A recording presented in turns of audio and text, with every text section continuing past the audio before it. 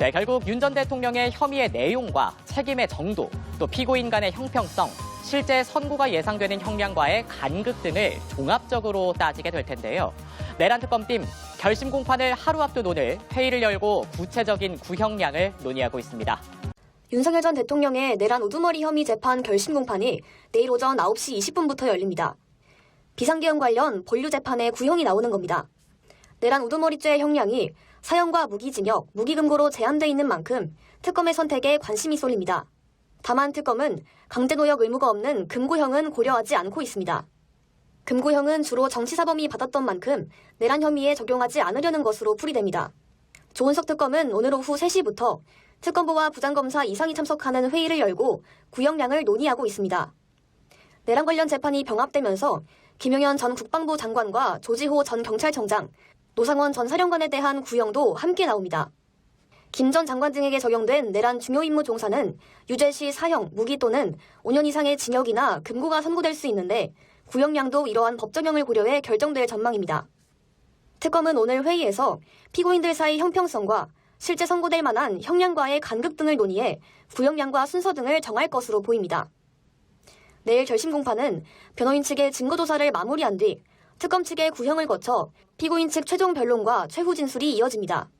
오전 일찍부터 재판을 시작하지만 피고인이 많아 공판은 늦은 시간까지 이어질 것으로 보입니다. 윤석열 전 대통령의 내란 우두머리 혐의 재판을 진행해온 서울중앙지법이 오늘 1심 재판을 마무리합니다. 특검의 구형부터 윤 전 대통령의 최후 진술까지 이루어지는데 비상계엄 1년 만에 마무리되는 재판에 관심이 집중되고 있습니다. 자, 저희가 지금 화면 왼쪽으로는 이 시각 서울중앙지법의 출입국 모습을 보여드리고 있습니다. 취재진들도 이미 들어간 상태고요. 조금 전에 윤석열 전 대통령 측의 변호인단도 들어가 있습니다. 자, 오늘 이제 구형이 되면은 선고는 그러면은 다음 달로 예상을 하면 될까요? 네, 그렇습니다. 아무래도 법관의 전기 인사 전에 결론을 내겠다라고 재판부가 이야기하고 있고 이 부분 때문에 사실상 굉장히 또 절차를 서둘렀던 것이 사실이거든요. 그래서 아마 다음 달 초 정도가 선고기일로 잡힐 가능성이 상당히 높지 않을까라고 예상해 볼 수 있습니다. 네. 예. 자, 그리고 체포방해 혐의 그 재판도 진행이 되고 있는데 선고가 1월 16일 아닙니까? 이번에 구형이나 이런 부분이 이 다른 재판에도 영향을 줄 수 있습니까?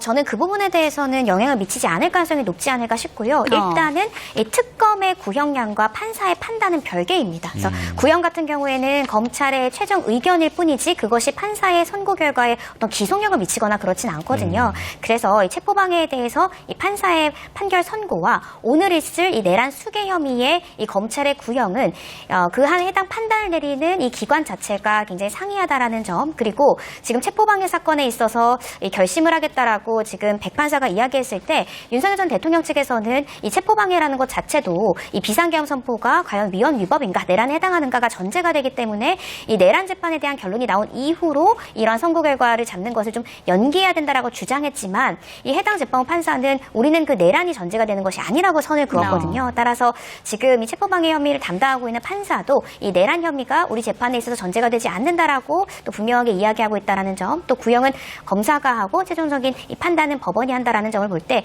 오늘 있을 이 내란 수괴 혐의에 있어서의 특검의 구형과 이 체포방해에 있어서의 판사의 판단이 어떤 영향력을 가지지는 않을 것이다라는 생각이 듭니다. 예. 네. 조금 전에 저희가 화면으로 서울중앙지법의 모습을 보여드렸는데 김홍일 변호사의 모습도 조금 전에 봤었고요. 그리고 조금 직전에는 김계리 변호사가 법정 안으로 들어가는 것을 확인할 수 있었습니다. 자, 지금 두 분의 현재까지의 상황을 판단을 들어봤을 때 지금 윤석열 전 대통령 측을 보면 스스로 판을 훨씬 더 불리하게 만든 것 같은 그런 느낌이 들거든요. 이 재판 과정에서도 상당히 불성실하게 임했기 때문에 여러 가지 좀 참작할 만한 사안이 부족하다라고 두 분께서 평가를 해주셨는데 검찰총장 출신 아닙니까? 법 전문가가 왜 이렇게 대응을 했을까요? 윤 전 대통령은 아마 어차피 이 사건은 유죄가 선고될 가능성이 상당히 높다. 그럼에도 불구하고 실질적인 사형 선고와 집행은 할 수 없는 상황이다. 이 전제 사실은 달라지지 않을 것이다. 자신이 반성하는 태도를 보인다고 하더라도 혐의를 인정한다고 하더라도 그 전제 사실이 크게 달라지지는 않을 것이라고 판단했을 가능성이 높습니다. 그리고 윤 전 대통령은 검찰총장 출신이지만 이미 전직 대통령입니다. 대통령 또는 전직 대통령으로서 이미 비상계엄을 선포하였고 자신을 지지해주는 국민들이 일부 있는 상황에서 자신의 뜻을 꺾거나 의지를 굽히는 모습을 보이는 것보다는 자신의 의지를 그대로 관찰하고 형을 선고받은 이후에 정치적 지형 변화에 따라서 자신의 입지를 달리하는 것이 현명하다 내지는 장기적인 관점에서 더 좋은 선택이라는 판단을 한 것 같습니다. 그렇다고 하더라도 당장 닥친 헌법재판소의 판결 나아가서 1심 형사재판에는 이와 같은 태도가 상당히 악재로 작용할 것입니다. 생각보다 높은 형이 선고될 가능성을 배제할 수 없습니다. 예. 네. 오늘 이제 특검의 구형이 나오고 다음 달 선고까지 이제 판결문 작성을 하게 될 텐데 어떤 부분을 가장 중점적으로 고려를 할까요?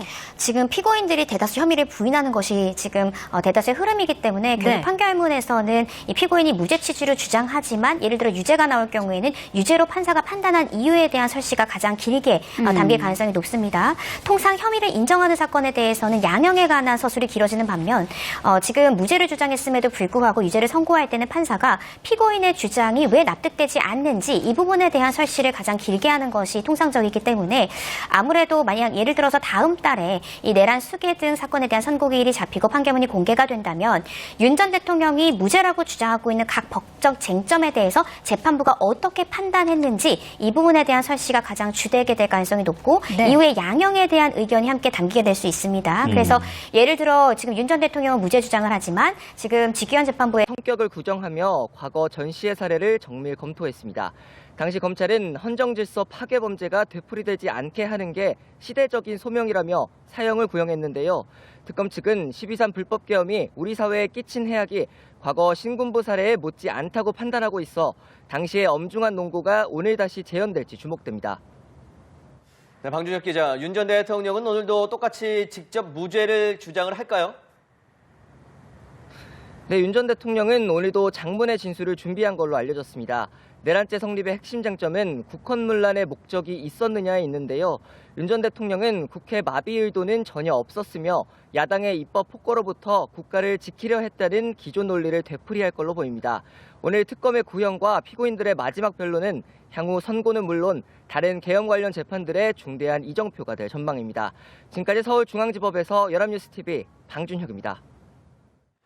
네, 12.3 비상계엄 관련 내란 우두머리 혐의를 받는 윤석열 전 대통령의 결심 공판이 오늘 오전에 열립니다. 윤 전 대통령이 현직 대통령 신분으로는 최초로 구속 기소된 지 약 1년 만인데요. 특검팀의 구형도 진행될 예정인데 중형 구형이 불가피하다는 관측이 나옵니다. 관련한 내용 서정빈 변호사와 전화 연결해서 짚어보겠습니다. 나와 계십니까?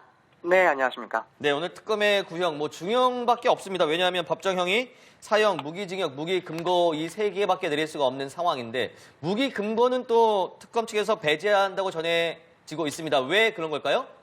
네, 일단 금고 그리고 징역의 차이는 강제 노역의 유무인데 예. 징역형은 강제로 노역을 해야 되고 또 금고는 노역이 제외됩니다. 그런데 이제 내란 우두머리 사건의 중대성을 감안을 하면 이제 금고를 구형할 가능성은 현저히 낮아 보입니다. 특검은 이번 내란 사태를 헌정 질서를 파괴한 국가 전체를 뒤흔드는 그런 범죄로 평가를 하고 있는데 그 수계로 재판을 받고 있는 윤석열 전 대통령에 대해서는 무기금고를 구형할 이유가 사실 찾기가 힘듭니다. 예. 참고로 실제 금고형을 선고받는 대부분의 범죄들은 과실로 인한 범죄들입니다. 그런데 만약에 이런 노동 의무를 부과하지 않는 금고형을 구형을 하게 되면은 오히려 이례적이라는 그런 비판을 받을 수밖에 없습니다. 그렇기 때문에 사실상 사형이나 혹은 무기징역형 이 두 가지의 선택지밖에 없다라고 봐야 되지 않을까 싶습니다. 예. 네. 그렇다면 이 형량을 가를 쟁점에는 어떤 게 있을까요? 물론 형량을 따지기에 앞서서 이제 내란 우두머리 혐의에 대해서 유죄가 인정이 돼야 됩니다. 이제 유무죄와 관련된 쟁점은 예를 들어서 공수처의 수사권 유무, 또 국헌 문란 목적이 있는지, 또 국회나 선관위를 장악하려 한 윤 전 대통령의 지시가 있었는지, 일련의 행위를 폭동이라고 볼 수 있는지 이런 것들이 될 텐데 유죄가 인정이 되면 그리고 나서 이제 형량을 가릴 쟁점들은 언제부터 이러한 계획들을 수립하기 시작했는지 혹은 구체성은 어느 정도였는지 또 과연 그 목적이 무엇이라고 의심이 되는지 군경의 투입 규모에 비추어서 어느 정도 수준의 폭동이라고 볼 것인지 그리고 우리 사회에 미친 영향을 또 어떻게 평가할 것인지 이런 것들이 양형에 있어서는 상당히 중요한 쟁점들로 보여집니다. 예. 과거와 비교하는 그 내용이 많던데 전두환 씨와 노태우 씨 같은 경우 보면 전두환 씨는 사형을 구형했고 법원에서는 무기징역으로 됐습니다. 그러면 비교할 만한 사안이라고 봐도 될까요? 오늘 그 구형에? 네, 그렇습니다. 아마 특검에서는 필수적으로 참고를 했을 걸로 보입니다. 이제 윤 전 대통령의 이 사건과 비교할 수 있는 사건은 사실상 전두환 씨 그리고 노태우 씨의 내란죄 재판이기 때문에 그렇습니다. 일단 전두환 씨를 보면 군사 반란이나 혹은 5.18 민주화운동 무력 진압 당시에 대통령은 아니었지만 군권을 장악한 상태에서 또 군을 동원을 해서 내란을 일으켰습니다. 그래서 윤 전 대통령의 이 사건과 상당한 유사성을 띠고 있기 때문에 양형에 있어서도 분명히 청구를 했을 걸로 보입니다. 예. 다만 차이점 역시도 존재하기 때문에 이 부분 역시 충분히 검토를 하고 구형을 할 걸로 보이는데, 이제 윤 전 대통령의 사건은 과거 전두환 씨의 사건과 비교를 했을 때 인명피해 양상이라든가 내란의 결과 등이 또 다르기 때문에 사형을 그때는 사형을 구형을 했던 것을 그대로 복제를 한다기보다는 그 당시의 사건을 기반으로 하되 개별적인 사정들을 반영을 해서 양형을 논의했을 걸로 생각이 됩니다. 예. 예. 특검은 지난 11월에 한덕수 전 총리에게 징역 15년을 구형하면서 실제 좀 선고가 내려질 만한 형을 구형했고 향후 모든 재판의 기준이 될 거다라고 이야기를 했었는데 이번에도 좀 같은 입장이겠죠? 네, 그렇습니다. 물론 이제 특검 입장에서는 사형, 무기징역 두 가지의 선택지 밖에는 지금 없기 때문에 한덕수 전 총리의 구체적인 형량이 15년 구형 자체를 참고사항으로 할 수는 없을 거고, 다만 이제 당시에 밝혔던 것처럼 실제 선고가 내려질 만한 형을 구형한다라는 점은 충분히 참고를 했을 걸로 보입니다. 만약 그렇다면은 개인적으로는 사형보다는 무기징역형을 구형할 가능성이 조금 더 높다라고 생각이 됐는데, 앞서 한 차례 비교하긴 했지만 이 전두환의 경우에는 결국에는 무기징역형이 확정이 됐습니다. 내란 결과 군부 독재가 이어졌고 또 과정에서 많은 국민이 희생이 됐던 사건인데 무기징역이 선고됐다라고 한다면, 윤석열 전 대통령의 사건에서도 이 무기징역을 넘는 선고는 예상하기 힘들지 않나 생각이 됩니다. 그렇다면은 실제 선고가 내려질 만한 형을 구형한다라는 기준을 관철한다 그랬을 때 결국에는 사형보다는 무기징역형을 구형할 가능성이 높지 않나 이렇게 보고 있습니다. 예. 내란 특검팀이 오늘 결심 공판인데 엊그제인가요? 그 특검팀이 윤 전 대통령의 공소장을 변경 신청했고 재판부가 받아들였습니다. 이거는 어떤 부분이 바뀐 거고 또 왜 이렇게 공소장을 변경한 걸까요? 일단 특검에서 변경한 내용은 이제 윤 전 대통령의 계엄 모의 시점을 기존 공소장에서보다 5개월 정도 또 앞당기는 방향으로 변경을 신청을 했습니다. 예. 원래 기존 공소장에는 2024년 3월부터 모의가 있었다라고 봤는데 그것보다 5개월 정도 빠른 2023년 10월경부터 모의가 있었다는 거고요. 일단 이렇게 변경을 신청한 이유에 대해서는 결국 모의 시점이 언제인지 여부에 대해서 재판 과정에서 보다 구체적으로 드러난 사실관계들이 있었고 이걸 종합했을 때는 모의 시점이 훨씬 더 앞이었다라는 겁니다. 또 한편으로는 결국에는 양형과 관련된 연결이 되어 있는 부분이기 때문에 또 중요하다라고 판단을 해서 모의 시점을 당긴 점도 있는 것 같습니다. 물론 이제 윤 전 대통령 변호인 측에서는 공소사실 변경과 관련해서 기존의 공소사실 내용과는 동일성이 인정이 되지 않는다. 그래서 방어권을 침해한다라는 주장을 하면서 만약에 공소장을 변경하게 되면은 처음부터 다시 재판을 진행해야 된다라고 반박을 했는데 여기에 대해서 재판부는 기본적으로 사실관계의 동일성이 유지가 된다. 그리고 시점 여부가 언제인지에 대해서는 재판부에서 판단을 해보겠다라고 하면서 결국에는 공소장 변경을 허가를 했습니다. 이렇게 일단 공소장 변경이 됐는데 결국에는 향후에 유죄를 선고하게 된다라고 하면 이제 양형을 함에 있어서 변수가 될 수 있을 것 같습니다. 만약에 모의 시점이 공소장 변경 내용처럼 더 앞당겨진다. 그러면은 일단 이 계엄 그리고 내란은 더욱 일찍부터 치밀하게 계획된 것으로 재질이 더 안 좋다라는 평가를 받을 수가 있습니다. 거기다가 지금 윤 전 대통령 측에서는 계속해서 이 비상 계엄에 대해서 호소형이었다. 경고형이었다라고 주장을 하고 있는데 이 주장과는 또 더 멀어질 수밖에 없습니다. 그렇다면은 이 부분에 있어서도 죄질이 불량하다라는 평가를 받을 수 있는 양형에 있어서는 불리하게 평가를 받을 가능성이 충분히 있습니다. 네, 오늘 윤석열 전 대통령뿐만 아니라 김용현 전 국방부 장관을 비롯해서 내란 사건의 다른 주요 피고인들에 대한 구형도 있는데요. 재판이 오전 9시 20분부터 시작이 되는데 그러면 어떤 순서로 진행이 되는 건가요? 크게 보자면은 특검의 최종 의견 진술이 있고 또 각 피고인들에 대한 구형이 있습니다. 그리고 나서 변호인들의 최후 변론이 이어지고 피고인들의 최후 진술 순으로 진행이 됩니다. 근데 이제 구형 순서 같은 경우에 통상적으로는 이제 공소장에 적혀 있는 피고인 순서대로 구형을 하게 됩니다. 지금 재판 같은 경우에 윤 전 대통령의 재판에다가 다른 피고인들의 재판이 병합되어 있는 형태이기 때문에 피고인 1은 윤 전 대통령으로 적혀 있을 것으로 보이고 그렇다면은 윤 전 대통령에 대한 구형을 먼저 하고 다른 피고인들의 구형으로 이어지는 게 보통입니다. 또 전체적인 구조상으로 보더라도 우두머리 혐의부터 구형을 하고 그다음 중요 임무 종사자에 대한 구형으로 진행하는 게 자연스러운 순서기는 합니다. 다만 이제 이런 구형 순서가 법적으로 정해져 있는 것은 아니기 때문에 예를 들어서 재책을 보다 강조하기 위해서 윤 전 대통령에 대해서는 마지막에 구형을 하는 것도 충분히 가능하다고 생각이 되고 예. 또 피고인들의 구형을 마지막에 한꺼번에 몰아서 하는 것도 일단 가능한 그런 사안으로 보이기 때문에 예. 구형 순서에 있어서는 통상적인 경우와 비교했을 때 좀 차이가 있을 수도 있다 이렇게 보여집니다. 예, 예. 변호사님, 그러면 1심, 오늘 구형을 내리고 1심 선고 결과는 언제쯤 나오게 되는 것이며, 그리고 또 그 1심 선고 결과 나온 이후에는 어떤 일정이 있습니까? 일단 1심 선고는 통상 형사재판에서 한 달 정도 뒤에 선고를 하는 것이 일반적이긴 합니다.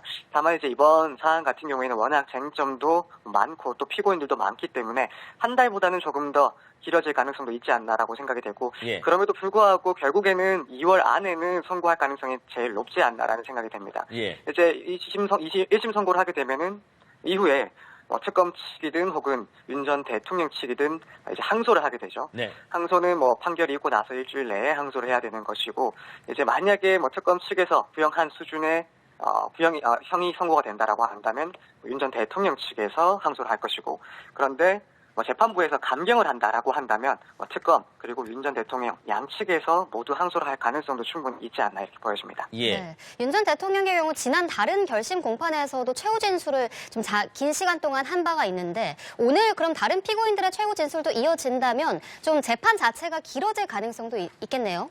네, 상당히 좀 길어질 가능성이 있지 않나라고 생각이 됩니다. 보통 재판에서 변호인의 그런 변론 그리고 이 피고인의 최후 진술 같은 경우에는 길어도 5분 정도면 사실 끝나는 경우들이 많습니다. 예. 하지만 이제 그런 사건들과는 비교를 할 수가 없는 중대한 사안이기도 하고 앞서 이제 윤 전 대통령만 본다 하더라도 재판 과정에서 본인의 의견을 상당히 긴 시간 동안 피력을 한 바가 있기 때문에 예. 오늘 재판에서 특히 윤 전 대통령의 최후 진술도 상당히 길어질 것이다라고 보여집니다. 예. 물론 그 전에 특검의 의견 진술 그리고 변호인들의 그런 최후 변론 역시도 사실 상당히 준비가 되어 있을 것이고 또 각 쟁점별로 의견들이 진술될 것으로 보이기 때문에 이미 상당한 시간 소요될 것으로 보이는데 거기다가 윤 전 대통령을 비롯한 이 다른 피고인들의 이 최후 진술 역시도 상당히 좀 장기간 진행될 것으로 보이기 때문에 오늘 재판은 일단 저녁 때까지도 이어질 수가 있지 않나 이렇게 예상이 됩니다. 예, 알겠습니다. 오늘 윤석열 전 대통령의 내란 우두머리 혐의 관련 결심 공판과 관련한 내용들 서정빈 변호사와 함께 짚어봤습니다. 오늘 말씀 고맙습니다. 네, 감사합니다. 예. 윤석열 전 대통령의 내란 우두머리 혐의 재판을 진행해온 서울중앙지법이 오늘 1심 재판을 마무리합니다. 특검의 구형부터 윤 전 대통령의 최후 진술까지 이루어지는데 비상계엄 1년 만에 마무리되는 재판에 관심이 집중되고 있습니다. 방준혁 기자입니다. 윤 전 대통령 내란 우두머리 혐의 결심 공판은 특검의 최종 의견과 구형, 변호인 변론에 이어 피고인의 최후 진술 순으로 진행됩니다. 윤 전 대통령뿐 아니라 김용현 전 국방부 장관, 노상원 전 정보사령관 등 내란 중요 임무 종사 혐의를 받는 주요 피고인들의 결심이 동시에 이뤄집니다. 재판은 평소보다 이른 오전 9시 20분에 시작되지만 피고인 8명의 최후 진술이 예정돼 있어 오후 늦게까지 이어질 가능성이 큽니다. 시간 제약 같은 거 없이 할 테니까 미리 준비를 꼭 해오셔야 됩니다. 최대 관심사는 윤 전 대통령에 대한 구형 수위입니다. 형법상 내란 우두머리죄의 법정형은 사형 혹은 무기징역, 무기금고뿐입니다. 조은석 특검은 결심 전날 특검보와 수사를 함께한 파견검사들까지 참여하는 회의를 열고 구형량을 결정했습니다. 강제 노역이 없는 금고형은 검토 단계에서 제외됐으며 사형과 무기징역을 두고 장시간 논의를 이어간 걸로 파악됐습니다. 윤 전 대통령은 최후 진술에서 계엄 선포의 정당성을 거듭 주장하며 혐의를 전면 부인할 걸로 보입니다. 대통령이 뭔가 국민들한테 어떤 확실한 뭔가 좀 깨워야 된다는 생각으로 이게 던진 거지. 이번 구형은 다른 비상계엄 관련 재판에 중대한 기준점이 될 전망입니다. 1심 선고는 다음 달 법원 정기 인사 전에 나올 걸로 예상됩니다. 연합뉴스TV 방준혁입니다. 네, 결국 윤 전 대통령의 혐의의 내용과 책임의 정도, 또 피고인 간의 형평성, 실제 선고가 예상되는 형량과의 간극 등을 종합적으로 따지게 될 텐데요. 내란 특검팀 결심 공판을 하루 앞둔 오늘 회의를 열고 구체적인 구형량을 논의하고 있습니다. 백유빈 기자가 보도합니다. 윤석열 전 대통령의 내란 우두머리 혐의 재판 결심 공판이 내일 오전 9시 20분부터 열립니다. 비상계엄 관련 본류 재판에 구형이 나오는 겁니다. 내란 우두머리죄의 형량이 사형과 무기징역, 무기금고로 제한돼 있는 만큼 특검의 선택에 관심이 쏠립니다. 다만 특검은 강제노역 의무가 없는 금고형은 고려하지 않고 있습니다. 금고형은 주로 정치사범이 받았던 만큼 내란 혐의에 적용하지 않으려는 것으로 풀이됩니다. 조은석 특검은 오늘 오후 3시부터 특검부와 부장검사 이상이 참석하는 회의를 열고 구형량을 논의하고 있습니다. 내란 관련 재판이 병합되면서 김용현 전 국방부 장관과 조지호 전 경찰청장, 노상원 전 사령관에 대한 구형도 함께 나옵니다. 김 전 장관 등에게 적용된 내란 중요 임무 종사는 유죄 시 사형, 무기 또는 5년 이상의 징역이나 금고가 선고될 수 있는데 구형량도 이러한 법적형을 고려해 결정될 전망입니다. 특검은 오늘 회의에서 피고인들 사이 형평성과 실제 선고될 만한 형량과의 간극 등을 논의해 구형량과 순서 등을 정할 것으로 보입니다. 내일 결심 공판은 변호인 측의 증거 조사를 마무리한 뒤 특검 측의 구형을 거쳐 피고인 측 최종 변론과 최후 진술이 이어집니다. 오전 일찍부터 재판을 시작하지만 피고인이 많아 공판은 늦은 시간까지 이어질 것으로 보입니다. 연합뉴스TV 백유빈입니다. 네, 윤석열 현 대통령의 내란 우두머리 혐의 재판을 진행해온 서울중앙지법이 오늘 변론을 마무리합니다. 지난해 1월 현직 대통령으로는 처음으로 구속 기소된 지 약 1년 만인데요. 서울중앙지법에 나가 있는 취재기자 연결해 보겠습니다. 방준혁 기자. 네, 저는 서울중앙지법에 나와 있습니다. 오늘 오전 9시 20분 이곳 417호 대법정에서 윤 전 대통령과 김용현 전 국방부 장관, 조지호 전 경찰청장 등 피고인 8명에 대한 내란 혐의 결심 공판이 열립니다. 우선 추가 증거 조사를 마친 뒤 특검의 최종 의견 낭독과 구형, 그리고 피고인들의 최후 진술 순으로 진행됩니다. 특검은 이번 사건을 헌정 질서를 파괴한 내란으로 규정하고 피고인별 역할에 따른 구체적인 형량을 제시할 예정입니다. 재판부가 충분한 최후 진술 시간을 보장한 만큼 전체 공판은 밤 늦게까지 이어질 걸로 보입니다. 네, 가장 큰 관심은 역시 윤 전 대통령에 대한 구형량인데요. 법정형 자체가 매우 무겁죠. 네, 그렇습니다. 형법상 내란 우두머리에게 내려질 수 있는 형벌은 사형이나 무기징역, 무기금고 3가지뿐입니다. 강제 노역이 부과되지 않는 무기금고는 선택지에서 일찌감치 제외됐고요. 특검팀은 어제 6시간에 걸친 마라톤 회의 끝에 최종 구형량을 결정했습니다. 윤 전 대통령이 여전히 혐의를 전면 부인하며 책임을 부하들에게 미루고 있다는 점이 중형 구형의 핵심 근거입니다. 다만 우리나라가 실질적 사형 폐지국이란 점과 사형 구형 시 따를 사회적 파장을 고려해 무기징역을 선택했을 가능성도 제기됩니다. 네, 방준혁 기자, 함께 결심이 진행되는 군, 경찰 수뇌부에 대한 특검의 시각은 또 어떻습니까? 특검은 이번 사건을 대통령의 지시와 군 경의 실행이 맞물린 조직적 범죄로 보고 있습니다. 먼저 김용현 전 국방장관은 윤 전 대통령과 함께 계엄을 사전에 모의하고 실행에 깊숙이 관여한 핵심 공범으로 판단했습니다. 특검은 김 전 장관의 죄질이 윤 전 대통령에 준할 만큼 무겁다고 보고 최고 수준의 형량을 검토한 걸로 전해졌습니다. 국회 출입을 통제한 경찰 수뇌부 역시 헌정 질서를 마비시킨 핵심 조력자로 판단해 중형을 구형할 것으로 관측됩니다. 네, 30년 전 전두환 전 대통령의 사례도 참고가 될 텐데 오늘 법정도 같은 장소라고요? 네, 이곳 417호 법정은 1996년 전두환 씨가 내란 수괴 혐의로 사형을 구형받았던 역사적인 장소입니다. 특검팀 역시 이번 사건의 성격을 규정하며 과거 전 씨의 사례를 정밀 검토했습니다. 당시 검찰은 헌정질서 파괴 범죄가 되풀이되지 않게 하는 게 시대적인 소명이라며 사형을 구형했는데요. 특검 측은 12.3 불법 계엄이 우리 사회에 끼친 해악이 과거 신군부 사례에 못지 않다고 판단하고 있어 당시의 엄중한 논고가 오늘 다시 재현될지 주목됩니다. 네, 방준혁 기자, 윤 전 대통령은 오늘도 똑같이 직접 무죄를 주장을 할까요? 네, 윤 전 대통령은 오늘도 장문의 진술을 준비한 걸로 알려졌습니다. 내란죄 성립의 핵심 쟁점은 국헌문란의 목적이 있었느냐에 있는데요. 윤 전 대통령은 국회 마비 의도는 전혀 없었으며 야당의 입법 폭거로부터 국가를 지키려 했다는 기존 논리를 되풀이할 걸로 보입니다. 오늘 특검의 구형과 피고인들의 마지막 변론은 향후 선고는 물론 다른 계엄 관련 재판들의 중대한 이정표가 될 전망입니다. 지금까지 서울중앙지법에서 연합뉴스TV 방준혁입니다. 네, 12.3 비상계엄 관련 내란 우두머리 혐의를 받는 윤석열 전 대통령의 결심 공판이 오늘 오전에 열립니다. 윤 전 대통령이 현직 대통령 신분으로는 최초로 구속 기소된 지 약 1년 만인데요. 특검팀의 구형도 진행될 예정인데 중형 구형이 불가피하다는 관측이 나옵니다. 관련한 내용 서정빈 변호사와 전화 연결해서 짚어보겠습니다. 나와 계십니까? 네, 안녕하십니까. 네, 오늘 특검의 구형, 중형밖에 없습니다. 왜냐하면 법정형이 사형, 무기징역, 무기금고 이 세 개밖에 내릴 수가 없는 상황인데 무기금고는 또 특검 측에서 배제한다고 전해지고 있습니다. 왜 그런 걸까요? 네, 일단 금고 그리고 징역의 차이는 강제 노역의 유무인데 예. 징역형은 강제로 노역을 해야 되고 또 금고는 노역이 제외됩니다. 그런데 이제 내란 우두머리 사건의 중대성을 감안을 하면 이제 금고를 구형할 가능성은 현저히 낮아 보입니다. 특검은 이번 내란 사태를 헌정 질서를 파괴한 국가 전체를 뒤흔드는 그런 범죄로 평가를 하고 있는데 그 수계로 재판을 받고 있는 윤석열 전 대통령에 대해서는 무기금고를 구형할 이유가 사실 찾기가 힘듭니다. 참고로 실제 금고형을 선고받는 대부분의 범죄들은 과실로 인한 범죄들입니다. 그런데 만약에 이런 노동 의무를 부과하지 않는 금고형을 구형을 하게 되면은 오히려 이례적이라는 그런 비판을 받을 수밖에 없습니다. 그렇기 때문에 사실상 사형이나 혹은 무기징역형 이 두 가지의 선택지밖에 없다라고 봐야 되지 않을까 싶습니다. 예. 네. 그렇다면 이 형량을 가를 쟁점에는 어떤 게 있을까요? 물론 형량을 따지기에 앞서서 이제 내란 우두머리 혐의에 대해서 유죄가 인정이 돼야 됩니다.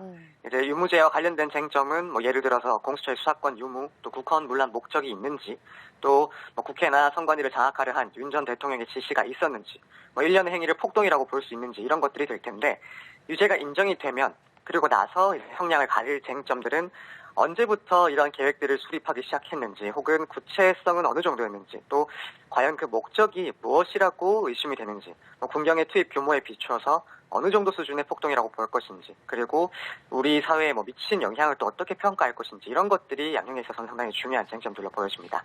예. 과거와 비교하는 그 내용이 많던데 전두환 씨와 노태우 씨 같은 경우 보면 전두환 씨는 사형을 구형했고 법원에서는 무기징역으로 됐습니다. 그러면 비교할 만한 사안이라고 봐도 될까요? 오늘 그 구형에?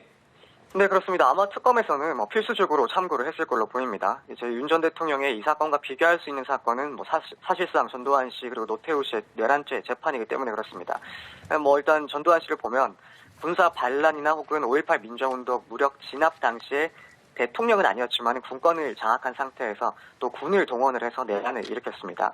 그래서 윤 전 대통령의 이 사건과 상당한 유사성을 띠고 있기 때문에 양형에 있어서도 분명히 참고를 했을 걸로 보입니다. 예. 다만 차이점 역시도 존재하기 때문에 이 부분 역시 충분히 검토를 하고 구형을 할 걸로 보이는데 이제 윤 전 대통령의 사건은 과거 전두환 씨의 사건과 비교를 했을 때 인명피해 양상이라든가 내란의 결과 등이 또 다르기 때문에 사형을 그때는 사형을 구형을 했던 것을 그대로 복제를 한다기보다는 그 당시의 사건을 기반으로 하되 개별적인 사정들을 반영을 해서 양형을 논의했을 걸로 생각이 됩니다. 예. 네. 특검은 지난 11월에 한덕수 전 총리에게 징역 15년을 구형하면서 실제 좀 선고가 내려질 만한 형을 구형했고 향후 모든 재판의 기준이 될 거다라고 이야기를 했었는데 이번에도 좀 같은 입장이겠죠? 네, 그렇습니다. 물론 이제 특검 입장에서는 사형, 무기징역 두 가지의 선택지 밖에는 지금 없기 때문에 한덕수 전 총리의 구체적인 형량이 15년 구형 자체를 참고 사항으로 할 수는 없을 거고 다만 이제 당시에 밝혔던 것처럼 실제 선고가 내려질 만한 형을 구형한다라는 점은 충분히 참고를 했을 걸로 보입니다. 만약 그렇다면은 개인적으로는 사형보다는 무기징역형을 구형할 가능성이 조금 더 높다라고 생각이 됐는데 앞서 한 차례 비교하긴 했지만 이 전두환의 경우에는 결국에는 무기징역형이 확정이 됐습니다.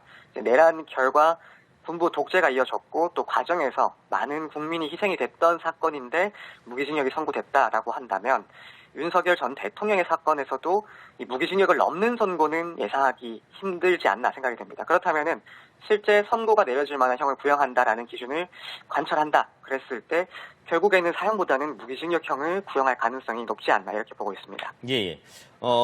내란 특검팀이 오늘 결심 공판인데 엊그제인가요? 그 특검팀이 윤 전 대통령의 공소장을 변경 신청했고 재판부가 받아들였습니다. 이거는 어떤 부분이 바뀐 거고 또 왜 이렇게 공소장을 변경한 걸까요? 일단 특검에서 변경한 내용은 이제 윤 전 대통령의 계엄 모의 시점을 기존 공소장에서보다 5개월 정도 또 앞당기는 방향으로 변경을 신청을 했습니다. 예. 원래 기존 공소장에는 2024년 3월부터 모의가 있었다라고 봤는데 그것보다 5개월 정도 빠른 2023년 10월경부터 모의가 있었다는 거고요. 일단 이렇게 변경을 신청한 이유에 대해서는 결국 모의 시점이 언제인지 여부에 대해서 재판 과정에서 보다 구체적으로 드러난 사실관계들이 있었고 이걸 종합했을 때는 모의 시점이 훨씬 더 앞이었다라는 겁니다. 또 한편으로는 결국에는 양형과 관련된 연결이 되어 있는 부분이기 때문에 또 중요하다라고 판단을 해서 예. 모의 시점을 당긴 점도 있는 것 같습니다. 물론 이제 윤 전 대통령 변호인 측에서는 이 공소사실 변경과 관련해서 기존의 공소사실 내용과는 동일성이 인정이 되지 않는다. 그래서 방어권을 침해한다라는 주장을 하면서 만약에 공소장을 변경하게 되면은 처음부터 다시 재판을 진행해야 된다라고 반박을 했는데 예. 여기에 대해서 재판부는 기본적으로 사실관계의 동일성이 유지가 된다. 그리고 뭐 시점 여부가 언제인지에 대해서는 재판부에서 판단을 해보겠다라고 하면서 결국에는 공소장 변경을 허가를 했습니다. 이렇게 일단 공소장 변경이 됐는데 결국에는 향후에 유죄를 선고하게 된다라고 하면 이제 양형을 함에 있어서 변수가 될 수 있을 것 같습니다. 예. 만약에 모의 시점이 공소장 변경 내용처럼 더 앞당겨진다. 그러면은 일단 이 계엄 그리고 내란은 더욱 일찍부터 치밀하게 계획된 것으로 재질이 더 안 좋다라는 평가를 받을 수가 있습니다. 예. 거기다가 지금 윤 전 대통령 측에서는 계속해서 이 비상 계엄에 대해서 호소형이었다. 경고형이었다라고 주장을 하고 있는데 이 주장과는 또 더 멀어질 수밖에 없습니다. 예. 그렇다면은 이 부분에 있어서도 죄질이 불량하다라는 평가를 받을 수 있는 양형에 있어서는 불리하게 평가를 받을 가능성이 충분히 있습니다. 예. 네, 오늘 윤석열 전 대통령뿐만 아니라 김용현 전 국방부 장관을 비롯해서 내란 사건의 다른 주요 피고인들에 대한 구형도 있는데요. 재판이 오전 9시 20분부터 시작이 되는데 그러면 어떤 순서로 진행이 되는 건가요? 크게 보자면은 특검의 최종 의견 진술이 있고 또 각 피고인들에 대한 구형이 있습니다. 그리고 나서 변호인들의 최후 변론이 이어지고 피고인들의 최후 진술 순으로 진행이 됩니다. 근데 이제 구형 순서 같은 경우에 통상적으로는 이제 공소장에 적혀 있는 피고인 순서대로 구형을 하게 됩니다. 지금 재판 같은 경우에 윤 전 대통령의 재판에다가 다른 피고인들의 재판이 병합되어 있는 형태이기 때문에 피고인 1은 윤 전 대통령으로 적혀 있을 것으로 보이고 그렇다면은 윤 전 대통령에 대한 구형을 먼저 하고 다른 피고인들의 구형으로 이어지는 게 보통입니다. 예. 또 전체적인 구조상으로 보더라도 우두머리 혐의부터 구형을 하고 그다음 중요 임무 종사자에 대한 구형으로 진행하는 게 자연스러운 순서기는 합니다. 다만 이제 이런 구형 순서가 법적으로 정해져 있는 것은 아니기 때문에 예. 예를 들어서 뭐 재책을 보다 강조하기 위해서 윤 전 대통령에 대해서는 마지막에 구형을 하는 것도 충분히 가능하다고 생각이 되고 예. 또 피고인들의 구형을 마지막에 한꺼번에 몰아서 하는 것도 일단 가능한 그런 사안으로 보이기 때문에 예. 구형 순서에 있어서는 통상적인 경우와 비교했을 때 좀 차이가 있을 수도 있다 이렇게 보여집니다. 예, 예. 변호사님, 그러면 1심, 오늘 구형을 내리고 1심 선고 결과는 언제쯤 나오게 되는 것이며, 그리고 또 그 1심 선고 결과 나온 이후에는 어떤 일정이 있습니까? 일단 1심 선고는 통상 형사재판에서 한 달 정도 뒤에 선고를 하는 것이 일반적이긴 합니다. 다만 이제 이번 사안 같은 경우에는 워낙 쟁점도 많고 또 피고인들도 많기 때문에 한 달보다는 조금 더 길어질 가능성도 있지 않나라고 생각이 되고 예. 그럼에도 불구하고 결국에는 2월 안에는 선고할 가능성이 제일 높지 않나라는 생각이 됩니다. 예. 이제 1심 선고를 하게 되면은 이후에 특검 측이든 혹은 윤 전 대통령 측이든 이제 항소를 하게 되죠. 네. 항소는 판결이 있고 나서 일주일 내에 항소를 해야 되는 것이고 이제 만약에 특검 측에서 부형한 수준의 형이 선고가 된다라고 한다면 윤 전 대통령 측에서 항소를 할 것이고 그런데 재판부에서 감경을 한다라고 한다면 특검 그리고 윤 전 대통령 양측에서 모두 항소를 할 가능성도 충분히 있지 않나 이렇게 보여집니다. 예. 네. 윤 전 대통령의 경우 지난 다른 결심 공판에서도 최후 진술을 좀 긴 시간 동안 한 바가 있는데 오늘 그럼 다른 피고인들의 최후 진술도 이어진다면 좀 재판 자체가 길어질 가능성도 있겠네요. 네, 상당히 좀 길어질 가능성이 있지 않나라고 생각이 됩니다. 보통 재판에서 변호인의 그런 변론 그리고 이 피고인의 최후 진술 같은 경우에는 길어도 5분 정도면 사실 끝나는 경우들이 많습니다. 예. 하지만 이제 그런 사건들과는 비교를 할 수가 없는 중대한 사안이기도 하고 앞서 이제 윤 전 대통령만 본다 하더라도 재판 과정에서 본인의 의견을 상당히 긴 시간 동안 피력을 한 바가 있기 때문에 예. 오늘 재판에서 특히 윤 전 대통령의 최후 진술도 상당히 길어질 것이다라고 보여집니다. 예. 물론 그 전에 특검의 의견 진술 그리고 변호인들의 그런 최후 변론 역시도 사실 상당히 준비가 되어 있을 것이고 또 각 쟁점별로 의견들이 진술될 것으로 보이기 때문에 이미 상당한 시간 소요될 것으로 보이는데 거기다가 윤 전 대통령을 비롯한 이 다른 피고인들의 이 최후 진술 역시도 상당히 좀 장기간 진행될 것으로 보이기 때문에 오늘 재판은 일단 저녁 때까지도 이어질 수가 있지 않나 이렇게 예상이 됩니다. 예, 알겠습니다. 오늘 윤석열 전 대통령의 내란 우두머리 혐의 관련 결심 공판과 관련한 내용들 서정빈 변호사와 함께 짚어봤습니다. 오늘 말씀 고맙습니다. 네, 감사합니다. 예. 윤석열 전 대통령의 내란 우두머리 혐의 재판을 진행해온 서울중앙지법이 오늘 1심 재판을 마무리합니다. 특검의 구형부터 윤 전 대통령의 최후 진술까지 이루어지는데 비상계엄 1년 만에 마무리되는 재판에 관심이 집중되고 있습니다. 방준혁 기자입니다.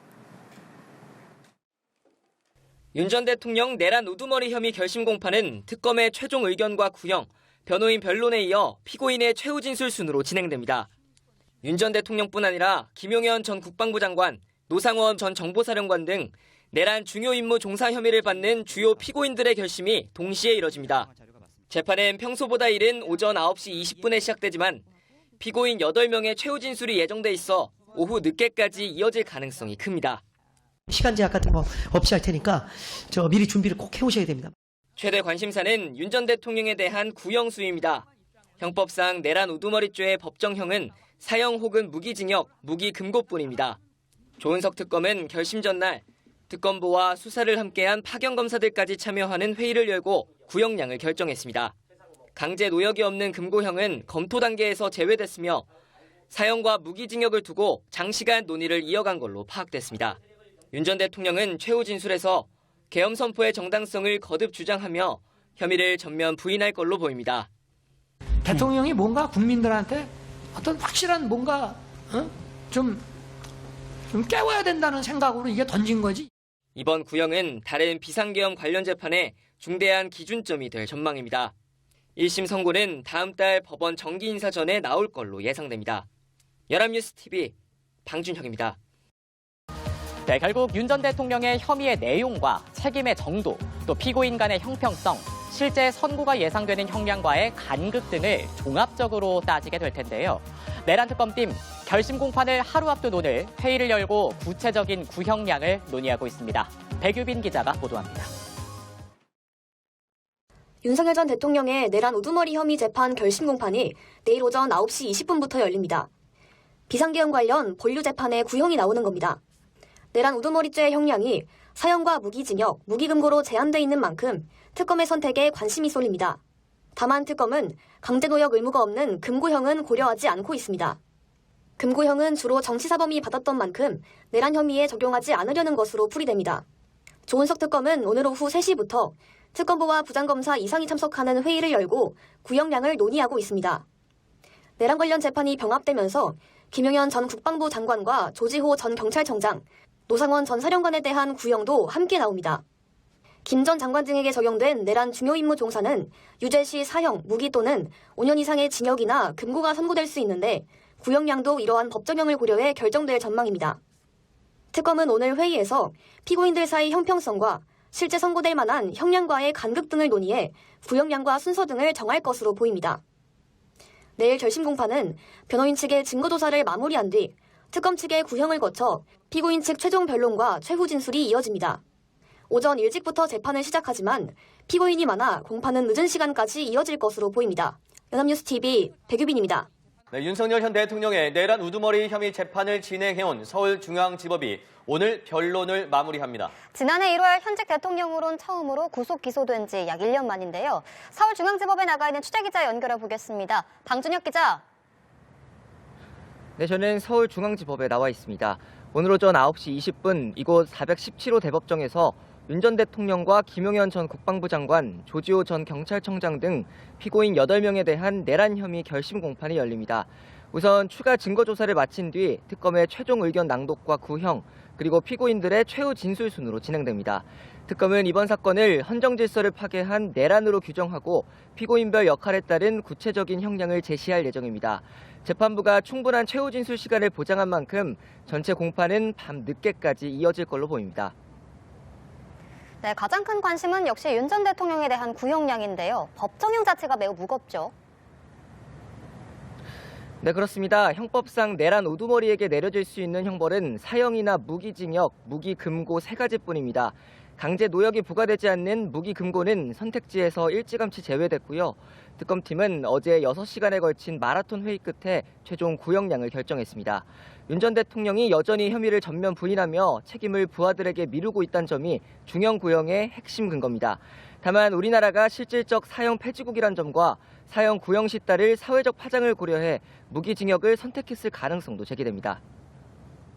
네, 방준혁 기자, 함께 결심이 진행되는 군, 경찰 수뇌부에 대한 특검의 시각은 또 어떻습니까?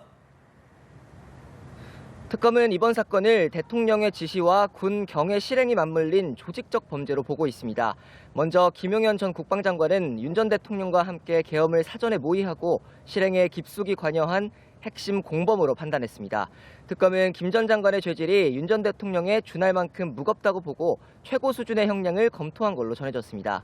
국회 출입을 통제한 경찰 수뇌부 역시 헌정 질서를 마비시킨 핵심 조력자로 판단해 중형을 구형할 것으로 관측됩니다. 네, 30년 전 전두환 전 대통령의 사례도 참고가 될 텐데 오늘 법정도 같은 장소라고요? 네, 이곳 417호 법정은 1996년 전두환 씨가 내란 수괴 혐의로 사형을 구형받았던 역사적인 장소입니다. 특검팀 역시 이번 사건의 성격을 규정하며 과거 전 씨의 사례를 정밀 검토했습니다. 당시 검찰은 헌정질서 파괴 범죄가 되풀이되지 않게 하는 게 시대적인 소명이라며 사형을 구형했는데요.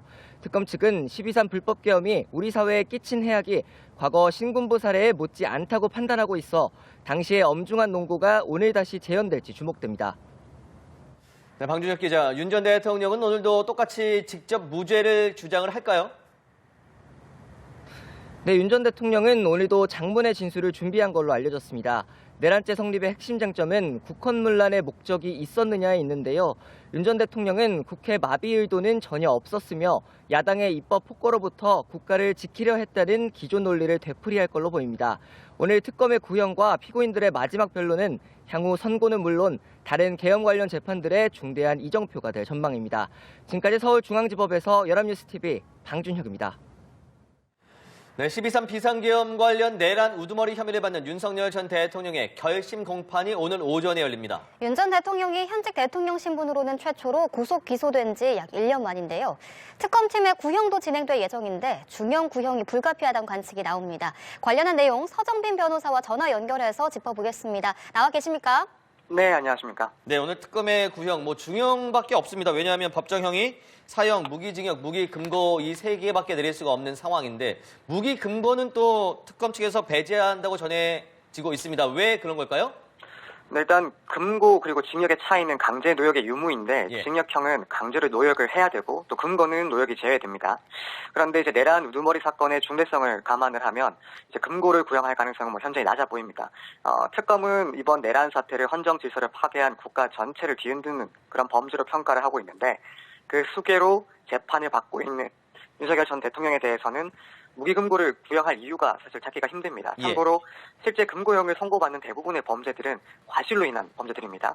그런데 만약에 이런 노동 의무를 부과하지 않는 금고형을 구형을 하게 되면은 오히려 이례적이라는 그런 비판을 받을 수밖에 없습니다. 그렇기 때문에 사실상 사형이나 혹은 무기징역형 이 두 가지의 선택지밖에 없다라고 봐야 되지 않을까 싶습니다. 네. 그렇다면 이 형량을 가를 쟁점에는 어떤 게 있을까요? 물론 형량을 따지기에 앞서서 이제 내란 우두머리 혐의에 대해서 유죄가 인정이 돼야 됩니다.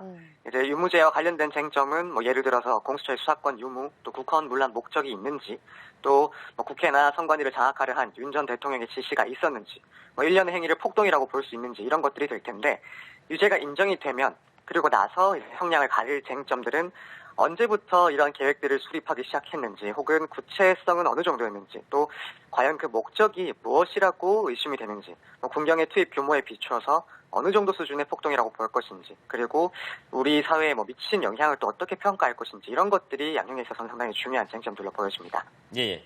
과거와 비교하는 그 내용이 많던데 전두환 씨와 노태우 씨 같은 경우 보면 전두환 씨는 사형을 구형했고 법원에서는 무기징역으로 됐습니다. 그러면 비교할 만한 사안이라고 봐도 될까요? 오늘 그 구형에?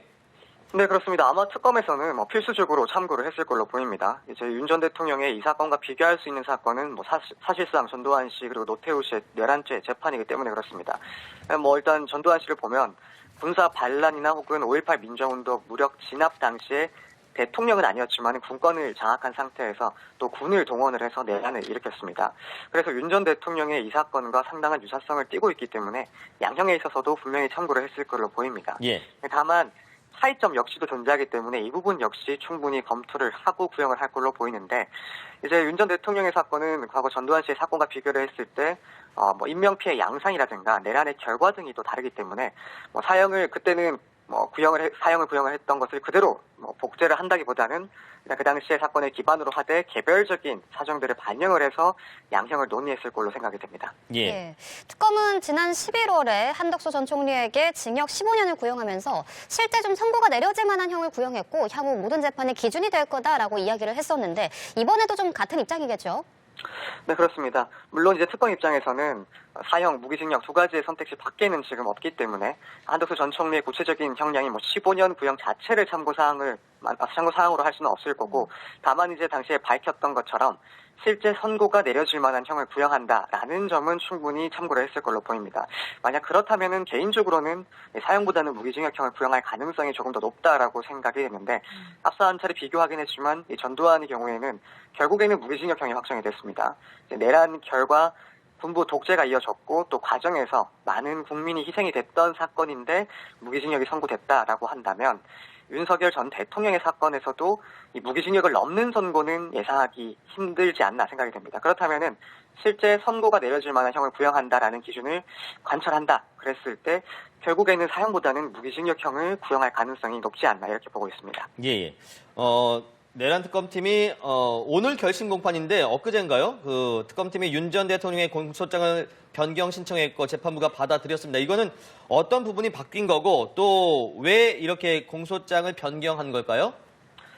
일단 특검에서 변경한 내용은 이제 윤 전 대통령의 계엄 모의 시점을 기존 공소장에서보다 5개월 정도 또 앞당기는 방향으로 변경을 신청을 했습니다. 예. 원래 기존 공소장에는 2024년 3월부터 모의가 있었다라고 봤는데 그것보다 5개월 정도 빠른 2023년 10월경부터 모의가 있었다는 거고요. 일단 이렇게 변경을 신청한 이유에 대해서는 결국 모의 시점이 언제인지 여부에 대해서 재판 과정에서 보다 구체적으로 드러난 사실관계들이 있었고 이걸 종합했을 때는 모의 시점이 훨씬 더 앞이었다라는 겁니다. 또 한편으로는 결국에는 양형과 관련된 연결이 되어 있는 부분이기 때문에 또 중요하다라고 판단을 해서 모의 시점을 당긴 점도 있는 것 같습니다. 물론 이제 윤 전 대통령 변호인 측에서는 공소사실 변경과 관련해서 기존의 공소사실 내용과는 동일성이 인정이 되지 않는다. 그래서 방어권을 침해한다라는 주장을 하면서 만약에 공소장을 변경하게 되면은 처음부터 다시 재판을 진행해야 된다라고 반박을 했는데 여기에 대해서 재판부는 기본적으로 사실관계의 동일성이 유지가 된다. 그리고 시점 여부가 언제인지에 대해서는 재판부에서 판단을 해보겠다라고 하면서 결국에는 공소장 변경을 허가를 했습니다. 이렇게 일단 공소장 변경이 됐는데 결국에는 향후에 유죄를 선고하게 된다라고 하면 이제 양형을 함에 있어서 변수가 될 수 있을 것 같습니다. 만약에 모의 시점이 공소장 변경 내용처럼 더 앞당겨진다. 그러면은 일단 이 계엄 그리고 내란은 더욱 일찍부터 치밀하게 계획된 것으로 재질이 더 안 좋다라는 평가를 받을 수가 있습니다. 거기다가 지금 윤 전 대통령 측에서는 계속해서 이 비상 계엄에 대해서 호소형이었다. 경고형이었다라고 주장을 하고 있는데 이 주장과는 또 더 멀어질 수밖에 없습니다. 그렇다면은 이 부분에 있어서도 죄질이 불량하다라는 평가를 받을 수 있는 양형에 있어서는 불리하게 평가를 받을 가능성이 충분히 있습니다. 네, 오늘 윤석열 전 대통령뿐만 아니라 김용현 전 국방부 장관을 비롯해서 내란 사건의 다른 주요 피고인들에 대한 구형도 있는데요. 재판이 오전 9시 20분부터 시작이 되는데 그러면 어떤 순서로 진행이 되는 건가요? 크게 보자면은 특검의 최종 의견 진술이 있고 또 각 피고인들에 대한 구형이 있습니다. 그리고 나서 변호인들의 최후 변론이 이어지고 피고인들의 최후 진술 순으로 진행이 됩니다. 근데 이제 구형 순서 같은 경우에 통상적으로는 이제 공소장에 적혀 있는 피고인 순서대로 구형을 하게 됩니다. 지금 재판 같은 경우에 윤 전 대통령의 재판에다가 다른 피고인들의 재판이 병합되어 있는 형태이기 때문에 피고인 1은 윤 전 대통령으로 적혀 있을 것으로 보이고 그렇다면은 윤 전 대통령에 대한 구형을 먼저 하고 다른 피고인들의 구형으로 이어지는 게 보통입니다. 또 전체적인 구조상으로 보더라도 우두머리 혐의부터 구형을 하고 그다음 중요 임무 종사자에 대한 구형으로 진행하는 게 자연스러운 순서기는 합니다. 다만 이제 이런 구형 순서가 법적으로 정해져 있는 것은 아니기 때문에 예를 들어서 재책을 보다 강조하기 위해서 윤 전 대통령에 대해서는 마지막에 구형을 하는 것도 충분히 가능하다고 생각이 되고 또 피고인들의 구형을 마지막에 한꺼번에 몰아서 하는 것도 일단 가능한 그런 사안으로 보이기 때문에 구형 순서에 있어서는 통상적인 경우와 비교했을 때 좀 차이가 있을 수도 있다 이렇게 보여집니다. 변호사님 그러면 1심 오늘 구형을 내리고 1심 선고 결과는 언제쯤 나오게 되는 것이며 그리고 또 그 1심 선고 결과 나온 이후에는 어떤 일정이 있습니까? 일단 1심 선고는 통상 형사재판에서 한 달 정도 뒤에 선고를 하는 것이 일반적이긴 합니다. 다만 이제 이번 사안 같은 경우에는 워낙 쟁점도 많고 또 피고인들도 많기 때문에 한 달보다는 조금 더 길어질 가능성도 있지 않나라고 생각이 되고 예. 그럼에도 불구하고 결국에는 2월 안에는 선고할 가능성이 제일 높지 않나라는 생각이 됩니다. 예. 이제 1심 선고를 하게 되면은 이후에 특검 측이든 혹은 윤 전 대통령 측이든 이제 항소를 하게 되죠. 네. 항소는 판결이 있고 나서 일주일 내에 항소를 해야 되는 것이고 이제 만약에 특검 측에서 부영한 수준의 형이 선고가 된다라고 한다면 윤 전 대통령 측에서 항소를 할 것이고 그런데 재판부에서 감경을 한다라고 한다면 특검 그리고 윤 전 대통령 양측에서 모두 항소를 할 가능성도 충분히 있지 않나 이렇게 보여집니다. 예. 네. 윤 전 대통령의 경우 지난 다른 결심 공판에서도 최후 진술을 좀 긴 시간 동안 한 바가 있는데 오늘 그럼 다른 피고인들의 최후 진술도 이어진다면 좀 재판 자체가 길어질 가능성도 있겠네요. 네, 상당히 좀 길어질 가능성이 있지 않나라고 생각이 됩니다. 보통 재판에서 변호인의 그런 변론 그리고 이 피고인의 최후 진술 같은 경우에는 길어도 5분 정도면 사실 끝나는 경우들이 많습니다. 하지만 이제 그런 사건들과는 비교를 할 수가 없는 중대한 사안이기도 하고 앞서 이제 윤 전 대통령만 본다 하더라도 재판 과정에서 본인의 의견을 상당히 긴 시간 동안 피력을 한 바가 있기 때문에 오늘 재판에서 특히 윤 전 대통령의 최후 진술도 상당히 길어질 것이다라고 보여집니다. 물론 그 전에 특검의 의견 진술 그리고 변호인들의 최후 변론 역시도 사실 상당히 준비가 되어 있을 것이고 또 각 쟁점별로 의견들이 진술될 것으로 보이기 때문에 이미 상당한 시간 소요될 것으로 보이는데 거기다가 윤 전 대통령을 비롯한 이 다른 피고인들의 이 최후 진술 역시도 상당히 좀 장기간 진행될 것으로 보이기 때문에 오늘 재판은 일단 저녁 때까지도 이어질 수가 있지 않나 이렇게 예상이 됩니다. 예, 알겠습니다. 오늘 윤석열 전 대통령의 내란 우두머리 혐의 관련 결심 공판과 관련한 내용들 서정빈 변호사와 함께 짚어봤습니다. 오늘 말씀 고맙습니다. 네, 감사합니다. 예.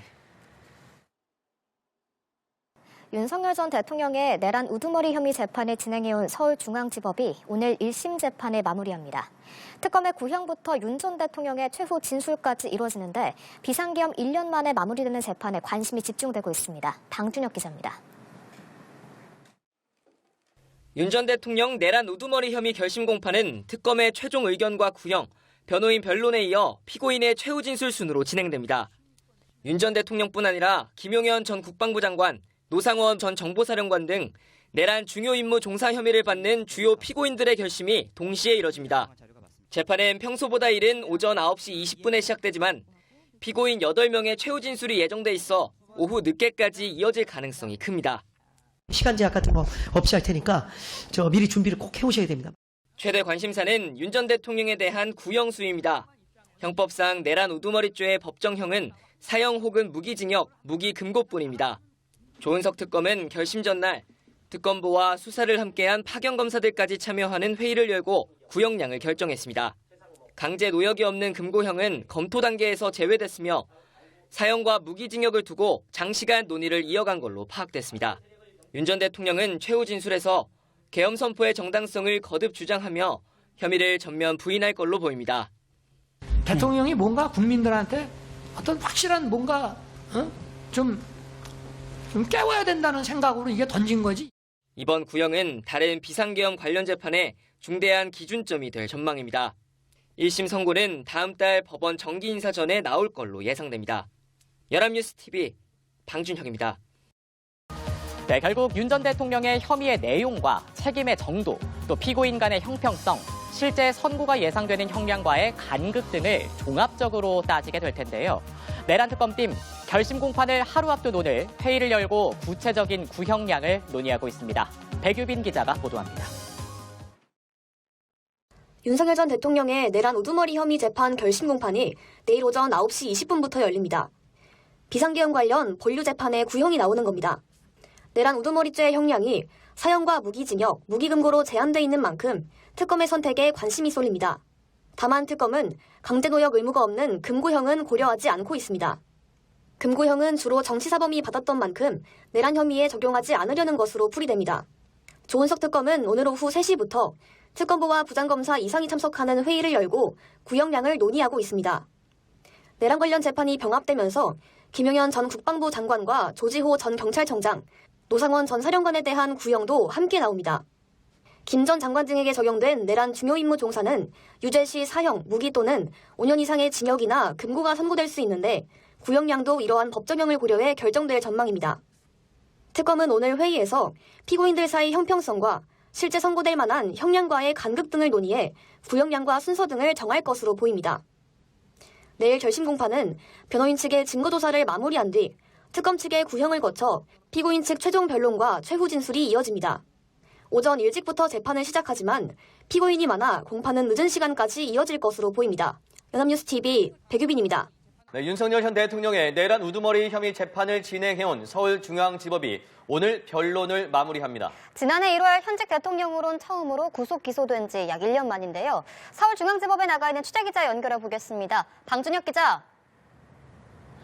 네, 저는 서울중앙지법에 나와 있습니다.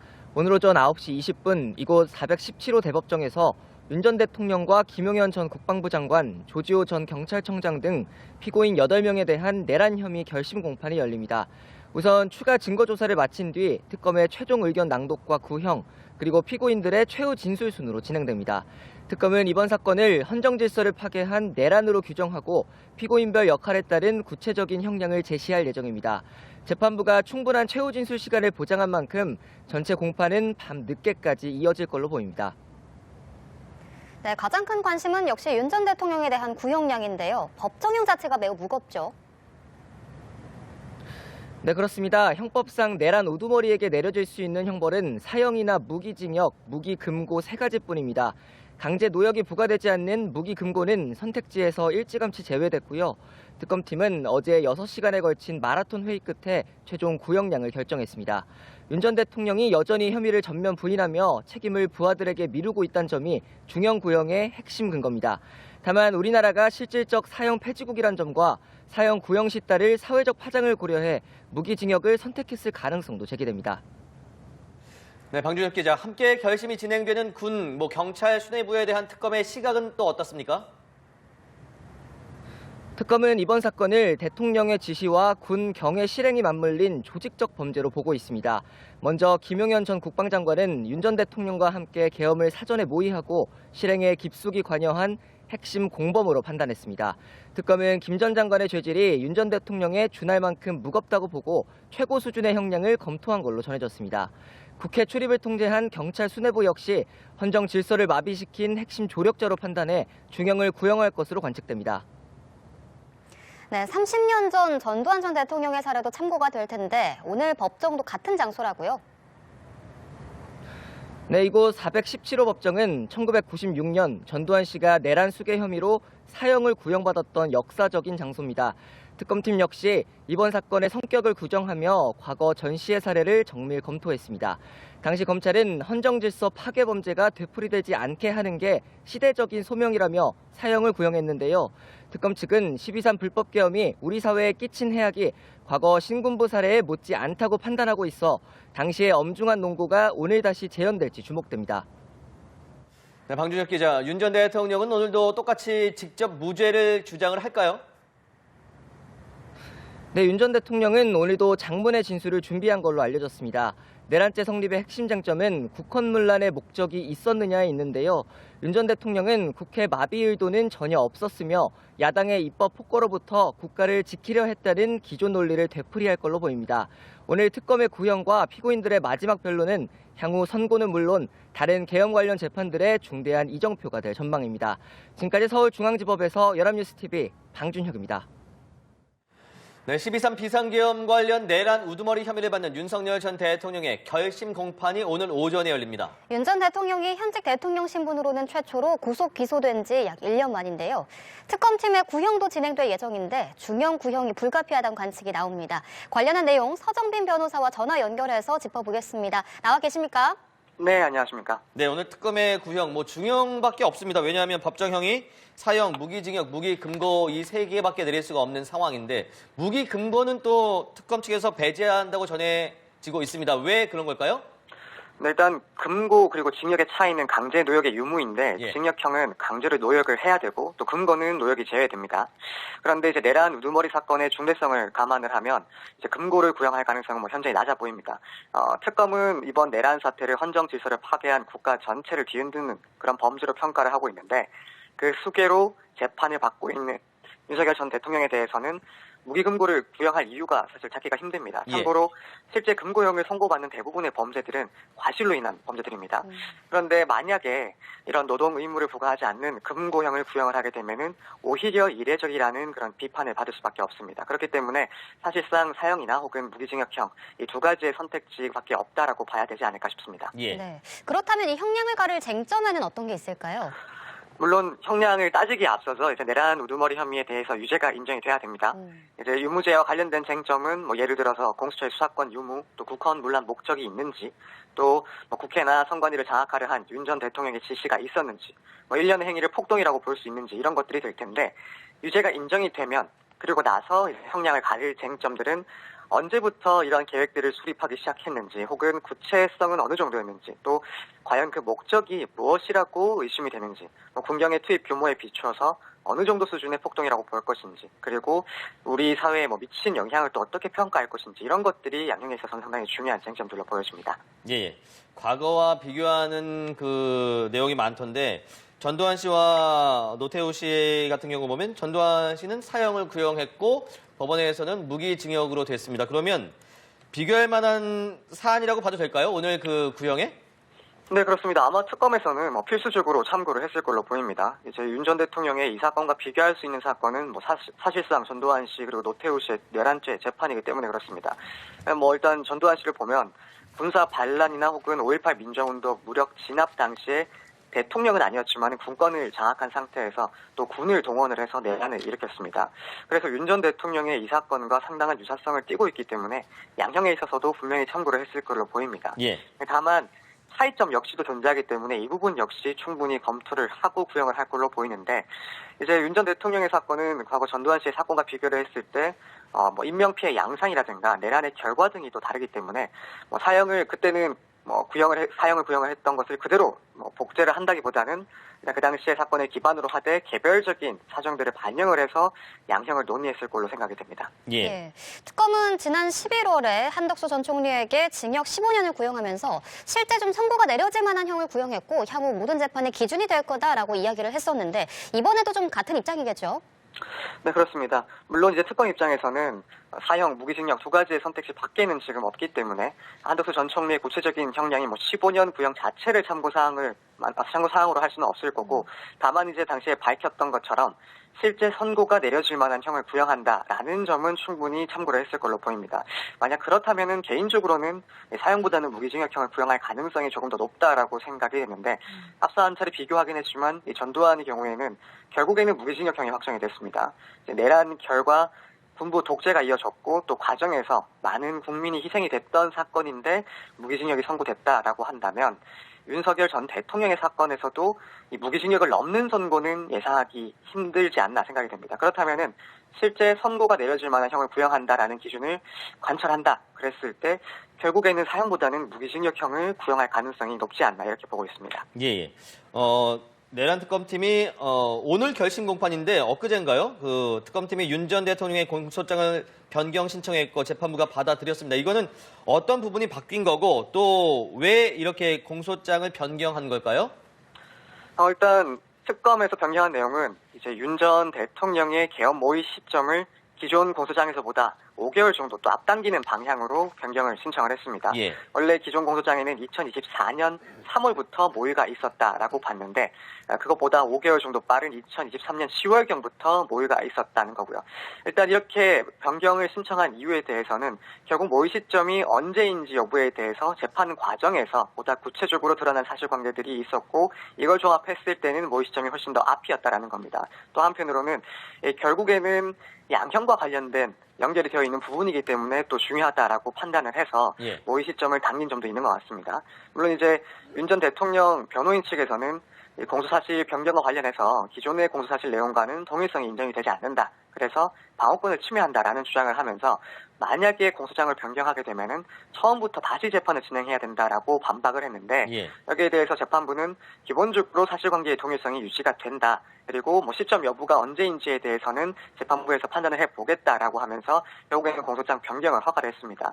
이렇게 일단 공소장 변경이 됐는데 결국에는 향후에 유죄를 선고하게 된다라고 하면 이제 양형을 함에 있어서 변수가 될 수 있을 것 같습니다. 예. 만약에 모의 시점이 공소장 변경 내용처럼 더 앞당겨진다. 그러면은 일단 이 계엄 그리고 내란은 더욱 일찍부터 치밀하게 계획된 것으로 재질이 더 안 좋다라는 평가를 받을 수가 있습니다. 예. 거기다가 지금 윤 전 대통령 측에서는 계속해서 이 비상 계엄에 대해서 호소형이었다. 경고형이었다라고 주장을 하고 있는데 이 주장과는 또 더 멀어질 수밖에 없습니다. 예. 그렇다면은 이 부분에 있어서도 죄질이 불량하다라는 평가를 받을 수 있는 양형에 있어서는 불리하게 평가를 받을 가능성이 충분히 있습니다. 예. 네, 오늘 윤석열 전 대통령뿐만 아니라 김용현 전 국방부 장관을 비롯해서 내란 사건의 다른 주요 피고인들에 대한 구형도 있는데요. 재판이 오전 9시 20분부터 시작이 되는데 그러면 어떤 순서로 진행이 되는 건가요? 크게 보자면은 특검의 최종 의견 진술이 있고 또 각 피고인들에 대한 구형이 있습니다. 그리고 나서 변호인들의 최후 변론이 이어지고 피고인들의 최후 진술 순으로 진행이 됩니다. 근데 이제 구형 순서 같은 경우에 통상적으로는 이제 공소장에 적혀 있는 피고인 순서대로 구형을 하게 됩니다. 지금 재판 같은 경우에 윤 전 대통령의 재판에다가 다른 피고인들의 재판이 병합되어 있는 형태이기 때문에 피고인 1은 윤 전 대통령으로 적혀 있을 것으로 보이고 그렇다면은 윤 전 대통령에 대한 구형을 먼저 하고 다른 피고인들의 구형으로 이어지는 게 보통입니다. 예. 또 전체적인 구조상으로 보더라도 우두머리 혐의부터 구형을 하고 그다음 중요 임무 종사자에 대한 구형으로 진행하는 게 자연스러운 순서기는 합니다. 다만 이제 이런 구형 순서가 법적으로 정해져 있는 것은 아니기 때문에 예. 예를 들어서 뭐 재책을 보다 강조하기 위해서 윤 전 대통령에 대해서는 마지막에 구형을 하는 것도 충분히 가능하다고 생각이 되고 예. 또 피고인들의 구형을 마지막에 한꺼번에 몰아서 하는 것도 일단 가능한 그런 사안으로 보이기 때문에 예. 구형 순서에 있어서는 통상적인 경우와 비교했을 때 좀 차이가 있을 수도 있다 이렇게 보여집니다. 예. 변호사님, 그러면 1심, 오늘 구형을 내리고 1심 선고 결과는 언제쯤 나오게 되는 것이며, 그리고 또 그 1심 선고 결과 나온 이후에는 어떤 일정이 있습니까? 일단 1심 선고는 통상 형사재판에서 한 달 정도 뒤에 선고를 하는 것이 일반적이긴 합니다. 다만 이제 이번 사안 같은 경우에는 워낙 쟁점도 많고 또 피고인들도 많기 때문에 한 달보다는 조금 더 길어질 가능성도 있지 않나라고 생각이 되고 예. 그럼에도 불구하고 결국에는 2월 안에는 선고할 가능성이 제일 높지 않나라는 생각이 됩니다. 예. 이제 1심 선고를 하게 되면은 이후에 특검 측이든 혹은 윤 전 대통령 측이든 이제 항소를 하게 되죠. 네. 항소는 판결이 있고 나서 일주일 내에 항소를 해야 되는 것이고 이제 만약에 특검 측에서 구형한 수준의 형이 선고가 된다라고 한다면 윤 전 대통령 측에서 항소를 할 것이고 그런데 재판부에서 감경을 한다라고 한다면 특검 그리고 윤 전 대통령 양측에서 모두 항소를 할 가능성도 충분히 있지 않나 이렇게 보여집니다. 예. 네. 윤 전 대통령의 경우 지난 다른 결심 공판에서도 최후 진술을 좀 긴 시간 동안 한 바가 있는데 오늘 그럼 다른 피고인들의 최후 진술도 이어진다면 좀 재판 자체가 길어질 가능성도 있겠네요. 네, 상당히 좀 길어질 가능성이 있지 않나라고 생각이 됩니다. 보통 재판에서 변호인의 그런 변론 그리고 이 피고인의 최후 진술 같은 경우에는 길어도 5분 정도면 사실 끝나는 경우들이 많습니다. 예. 하지만 이제 그런 사건들과는 비교를 할 수가 없는 중대한 사안이기도 하고 앞서 이제 윤 전 대통령만 본다 하더라도 재판 과정에서 본인의 의견을 상당히 긴 시간 동안 피력을 한 바가 있기 때문에 예. 오늘 재판에서 특히 윤 전 대통령의 최후 진술도 상당히 길어질 것이다라고 보여집니다. 예. 물론 그 전에 특검의 의견 진술 그리고 변호인들의 최후 변론 역시도 사실 상당히 준비가 되어 있을 것이고 또 각 쟁점별로 의견들이 진술될 것으로 보이기 때문에 이미 상당한 시간 소요될 것으로 보이는데 거기다가 윤 전 대통령을 비롯한 이 다른 피고인들의 이 최후 진술 역시도 상당히 좀 장기간 진행될 것으로 보이기 때문에 오늘 재판은 일단 저녁 때까지도 이어질 수가 있지 않나 이렇게 예상이 됩니다. 예, 알겠습니다. 오늘 윤석열 전 대통령의 내란 우두머리 혐의 관련 결심 공판과 관련한 내용들 서정빈 변호사와 함께 짚어봤습니다. 오늘 말씀 고맙습니다. 네, 감사합니다. 예. 윤석열 전 대통령의 내란 우두머리 혐의 재판을 진행해온 서울중앙지법이 오늘 1심 재판을 마무리합니다. 특검의 구형부터 윤 전 대통령의 최후 진술까지 이루어지는데 비상계엄 1년 만에 마무리되는 재판에 관심이 집중되고 있습니다. 방준혁 기자입니다. 윤 전 대통령 내란 우두머리 혐의 결심 공판은 특검의 최종 의견과 구형, 변호인 변론에 이어 피고인의 최후 진술 순으로 진행됩니다. 윤 전 대통령뿐 아니라 김용현 전 국방부 장관, 노상원 전 정보사령관 등 내란 중요 임무 종사 혐의를 받는 주요 피고인들의 결심이 동시에 이뤄집니다. 재판은 평소보다 이른 오전 9시 20분에 시작되지만 피고인 8명의 최후 진술이 예정돼 있어 오후 늦게까지 이어질 가능성이 큽니다. 시간 제약 같은 거 없이 할 테니까 미리 준비를 꼭 해오셔야 됩니다. 최대 관심사는 윤 전 대통령에 대한 구형 수위입니다. 형법상 내란 우두머리죄의 법정형은 사형 혹은 무기징역, 무기금고뿐입니다. 조은석 특검은 결심 전날 특검부와 수사를 함께한 파견검사들까지 참여하는 회의를 열고 구형량을 결정했습니다. 강제 노역이 없는 금고형은 검토 단계에서 제외됐으며 사형과 무기징역을 두고 장시간 논의를 이어간 걸로 파악됐습니다. 윤 전 대통령은 최후 진술에서 계엄 선포의 정당성을 거듭 주장하며 혐의를 전면 부인할 걸로 보입니다. 대통령이 뭔가 국민들한테 어떤 확실한 뭔가 좀 깨워야 된다는 생각으로 이게 던진 거지. 이번 구형은 다른 비상계엄 관련 재판에 중대한 기준점이 될 전망입니다. 1심 선고는 다음 달 법원 정기 인사 전에 나올 걸로 예상됩니다. 연합뉴스TV 방준혁입니다. 네, 결국 윤 전 대통령의 혐의의 내용과 책임의 정도, 또 피고인 간의 형평성, 실제 선고가 예상되는 형량과의 간극 등을 종합적으로 따지게 될 텐데요. 내란 특검팀 결심 공판을 하루 앞둔 오늘 회의를 열고 구체적인 구형량을 논의하고 있습니다. 백유빈 기자가 보도합니다. 윤석열 전 대통령의 내란 우두머리 혐의 재판 결심 공판이 내일 오전 9시 20분부터 열립니다. 비상계엄 관련 본류 재판에 구형이 나오는 겁니다. 내란 우두머리죄의 형량이 사형과 무기징역, 무기금고로 제한돼 있는 만큼 특검의 선택에 관심이 쏠립니다. 다만 특검은 강제노역 의무가 없는 금고형은 고려하지 않고 있습니다. 금고형은 주로 정치사범이 받았던 만큼 내란 혐의에 적용하지 않으려는 것으로 풀이됩니다. 조은석 특검은 오늘 오후 3시부터 특검부와 부장검사 이상이 참석하는 회의를 열고 구형량을 논의하고 있습니다.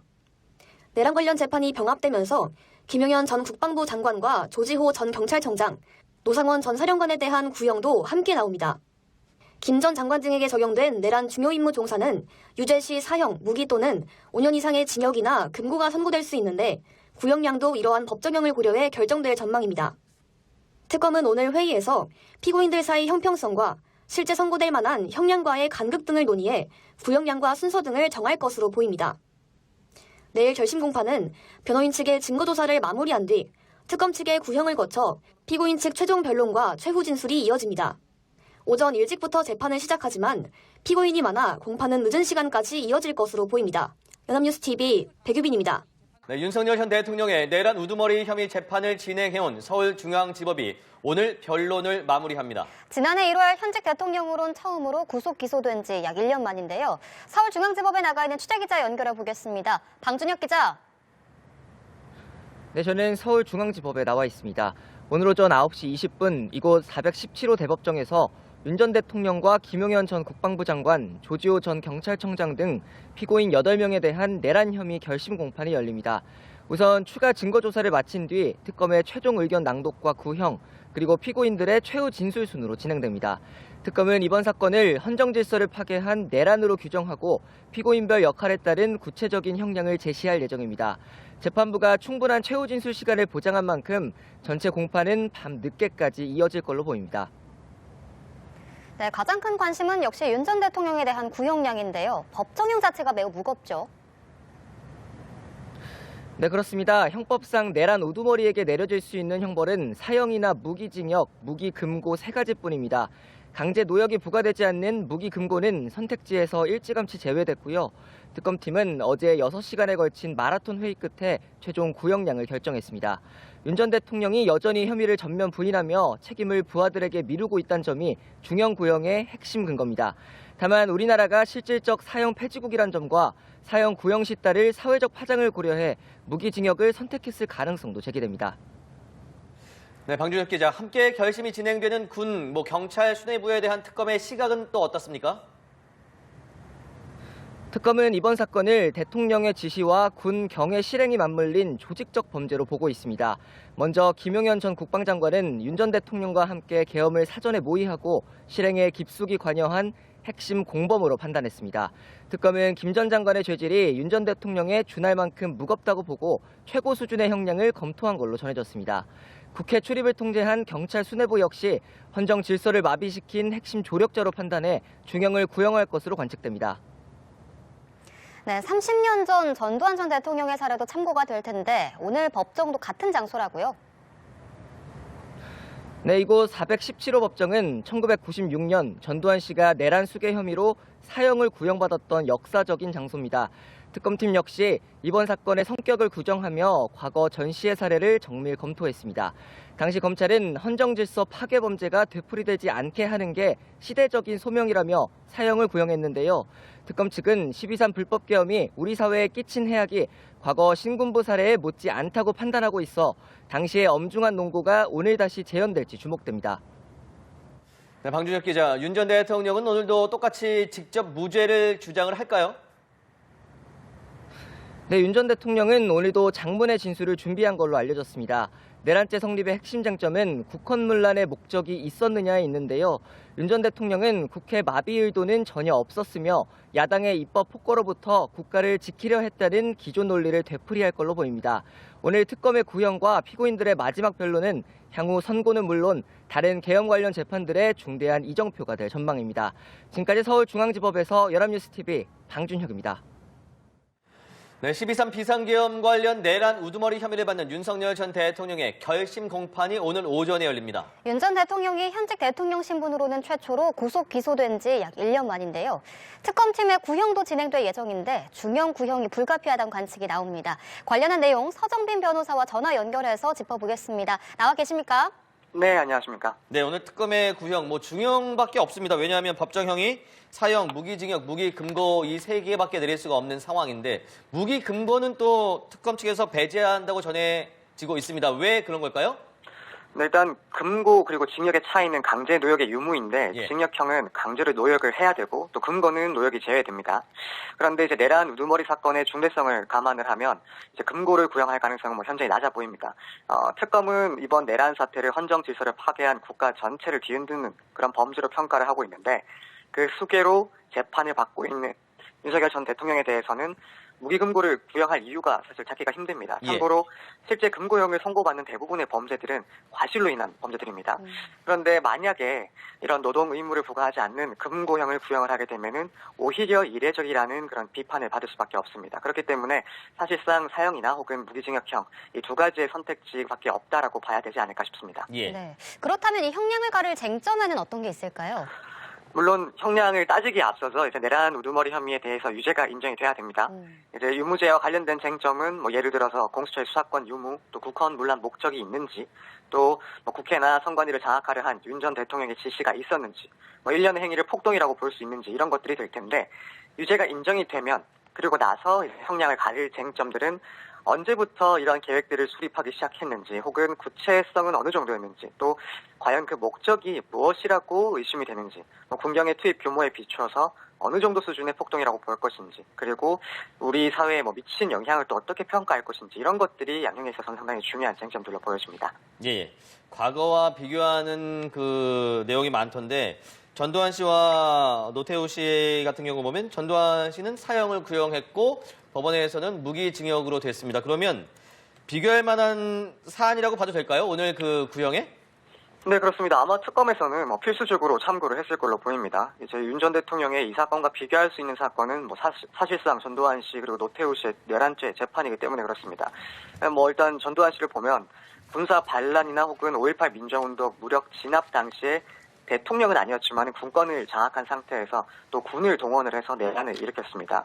그래서 윤 전 대통령의 이 사건과 상당한 유사성을 띠고 있기 때문에 양형에 있어서도 분명히 참고를 했을 걸로 보입니다. 예. 다만 차이점 역시도 존재하기 때문에 이 부분 역시 충분히 검토를 하고 구형을 할 걸로 보이는데 이제 윤 전 대통령의 사건은 과거 전두환 씨의 사건과 비교를 했을 때 인명피해 양상이라든가 내란의 결과 등이 또 다르기 때문에 사형을 그때는 사형을 구형을 했던 것을 그대로 복제를 한다기보다는 그냥 그 당시의 사건을 기반으로 하되 개별적인 사정들을 반영을 해서 양형을 논의했을 걸로 생각이 됩니다. 예.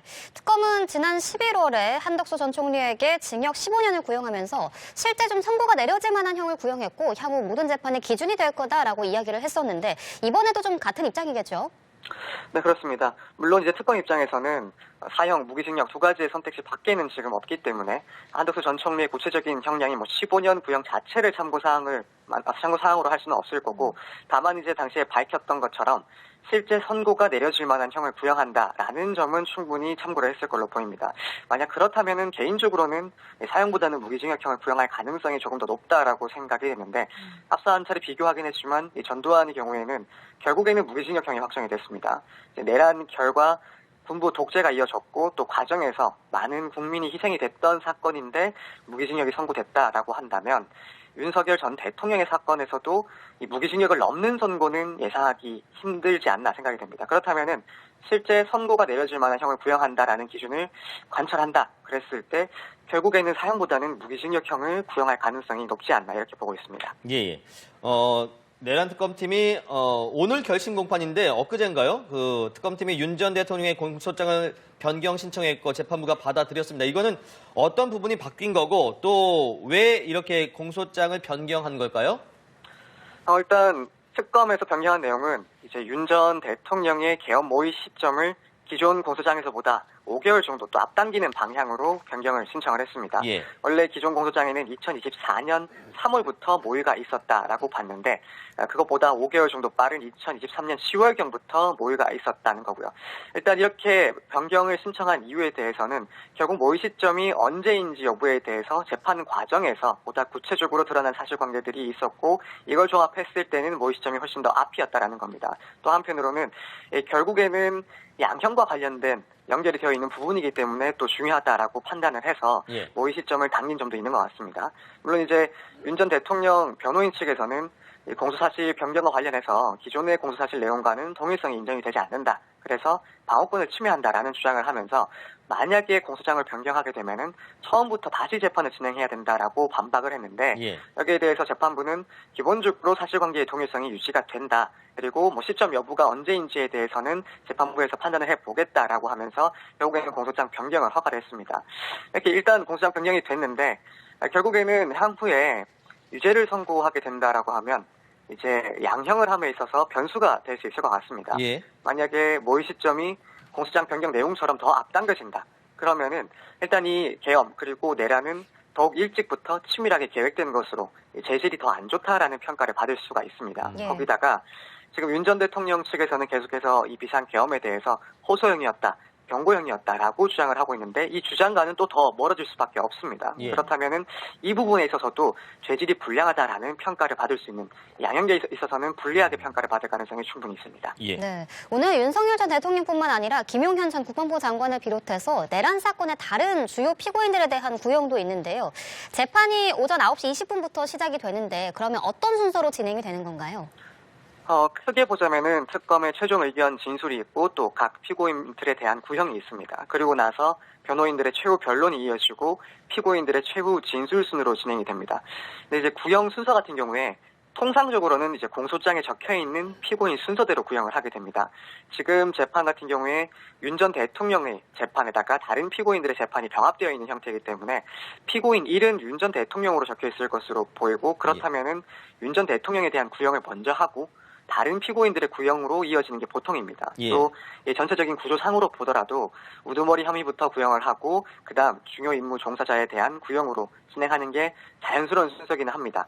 다만 이제 이런 구형 순서가 법적으로 정해져 있는 것은 아니기 때문에 예를 들어서 재책을 보다 강조하기 위해서 윤 전 대통령에 대해서는 마지막에 구형을 하는 것도 충분히 가능하다고 생각이 되고 또 피고인들의 구형을 마지막에 한꺼번에 몰아서 하는 것도 일단 가능한 그런 사안으로 보이기 때문에 구형 순서에 있어서는 통상적인 경우와 비교했을 때 좀 차이가 있을 수도 있다 이렇게 보여집니다.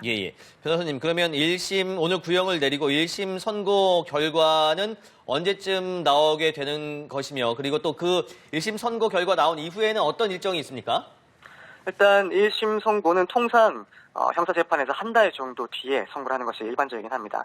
다만 이제 이번 사안 같은 경우에는 워낙 쟁점도 많고 또 피고인들도 많기 때문에 한 달보다는 조금 더 길어질 가능성도 있지 않나라고 생각이 되고 예. 그럼에도 불구하고 결국에는 2월 안에는 선고할 가능성이 제일 높지 않나라는 생각이 됩니다. 예. 이제 1심 선고를 하게 되면은 이후에 특검 측이든 혹은 윤 전 대통령 측이든 이제 항소를 하게 되죠. 네. 항소는 판결이 있고 나서 일주일 내에 항소를 해야 되는 것이고 이제 만약에 특검 측에서 부영한 수준의 형이 선고가 된다라고 한다면 윤 전 대통령 측에서 항소를 할 것이고 그런데 재판부에서 감경을 한다라고 한다면 특검 그리고 윤 전 대통령 양측에서 모두 항소를 할 가능성도 충분히 있지 않나 이렇게 보여집니다. 예. 네. 윤 전 대통령의 경우 지난 다른 결심 공판에서도 최후 진술을 좀 긴 시간 동안 한 바가 있는데 오늘 그럼 다른 피고인들의 최후 진술도 이어진다면 좀 재판 자체가 길어질 가능성도 있겠네요.